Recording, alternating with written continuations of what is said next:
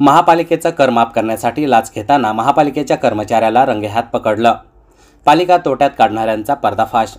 जालना शहर महापालिकेचे थकलेला कर माफ करण्यासाठी 40,000ची लाच मागणाऱ्या लाचखोर कर्मचाऱ्याला जालना येथील लाचलुचपत प्रतिबंध विभागाच्या पथकाने दिनांक 10 एप्रिल 2024 रोजी रंगेहात पकडले असून त्याच्यावर कदीम जालना पोलीस ठाण्यात गुन्हा दाखल करण्याची प्रक्रिया सुरू असल्याची माहिती आज गुरुवार दिनांक 11 एप्रिल 2024 रोजी दुपारी 12 वाजता पोलीस सूत्रांनी दिली आहे।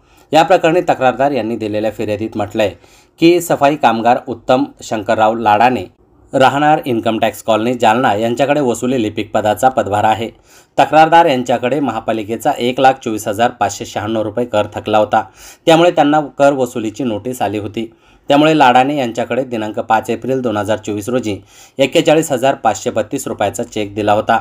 त्यावेळी लाडाने यांनी राहिलेला 83,000चा कर न भरण्यासाठी 40,000 रुपये लाचेची मागणी केली होती। त्यापैकी 10,000 रुपये त्यांनी स्वीकारले व राहिलेले 30,000 रुपये देण्याचं ठरलं होतं।